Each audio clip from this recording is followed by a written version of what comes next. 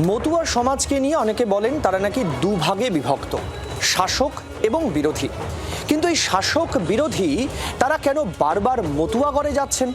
কেন মতুয়াদের মন পাওয়ার চেষ্টা করছে শাসক বিরোধী উভয় পক্ষই? কারণ মতুয়া ভোট বাংলায় বড় ফ্যাক্টর। উত্তর থেকে দক্ষিণে ছড়িয়ে থাকা এই ভোট ব্যাংকের মন পেতে মরিয়া চেষ্টা চালাচ্ছে শাসক বিরোধী দুই শিবির।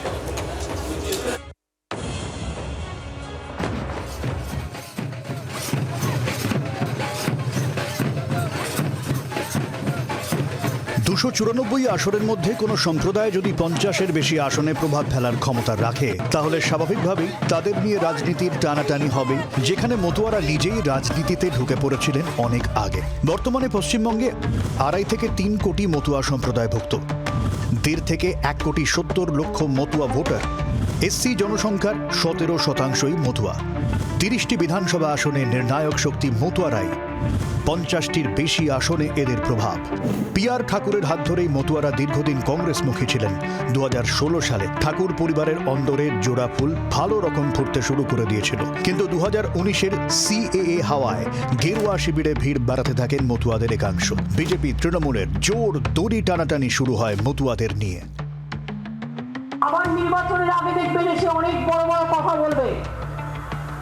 দেখলেন না, নির্বাচনের আগে হঠাৎ বড় মাকে দেখতে চলে এলো।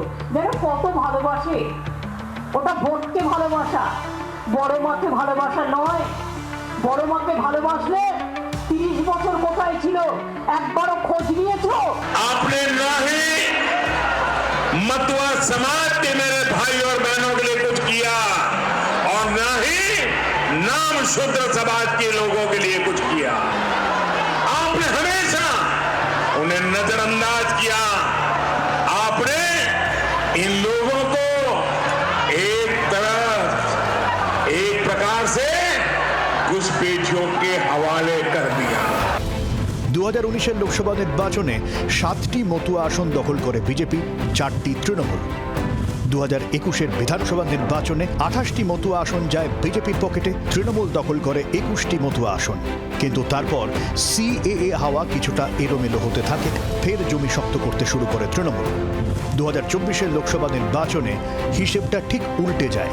৭টি মতুয়া আসন দখল করে তৃণমূল, বিজেপির থাকে ৪টি। এবার এসআইআর-এর জিকির।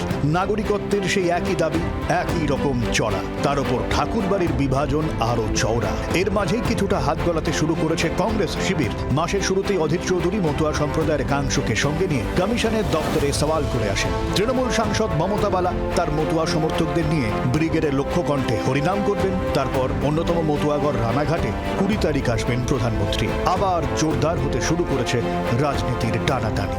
ব্যুরো রিপোর্ট, জি২৪ ঘন্টা। বাংলার আওয়াজ, বাঙালির আবেগ, জি২৪ ঘন্টা।